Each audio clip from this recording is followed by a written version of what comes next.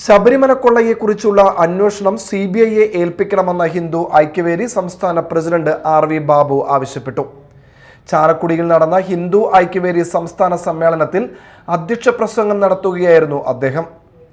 കേരള നിയമസഭയിലും മന്ത്രിസഭയിലും ഹൈന്ദവ സമൂഹം ന്യൂനപക്ഷമായി കഴിഞ്ഞുവെന്ന് RV ബാബു അഭിപ്രായപ്പെട്ടു.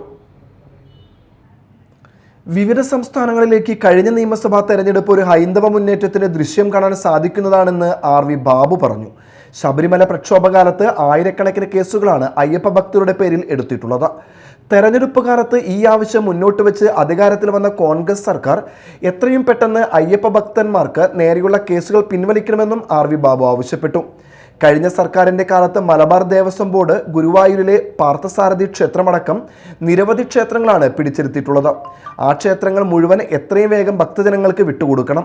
കുടിയിറക്കപ്പെട്ട ആദിവാസിയുന്നതിയിലെ മലയിടം തുരുത്തിലെ ആദിവാസികളെ എത്രയും പെട്ടെന്ന് ഗവൺമെൻറ് പുനരധിവസിപ്പിക്കണമെന്നും അദ്ദേഹം കൂട്ടിച്ചേർത്തു. സനാതനധർമ്മത്തിൻ്റെ തകർച്ച നമ്മുടെ സാമൂഹികവും കുടുംബപരവുമായ ബന്ധങ്ങളെ തകർച്ചയിലേക്ക് നയിക്കുമെന്ന് ഉദ്ഘാടന പ്രഭാഷണം നടത്തിയ ശ്രീരാമകൃഷ്ണ മഠം പ്രബുദ്ധ കേരളത്തിൻ്റെ പത്രാധിപർ സ്വാമി നന്ദനാത്മജ പറഞ്ഞു. മതമാണ് പ്രശ്നമെന്ന മുദ്രാവാക്യം കേരള സമൂഹത്തിൽ ഉയർന്നു കേട്ടു തുടങ്ങിയത് ഈ അടുത്ത കാലത്തല്ലെന്ന് ഹിന്ദു ഐക്യവേദി സംസ്ഥാന മുഖ്യരക്ഷാധികാരി KP ശശികല പറഞ്ഞു. അതിന് നൂറ്റാണ്ടുകളുടെ തന്നെ പഴക്കമുണ്ട്. അതുകൊണ്ടാണ് യഹൂദ സമൂഹവും ഗാഢസാരസ്വതരും കേരളത്തിലേക്ക് കുടിയേറിയത്.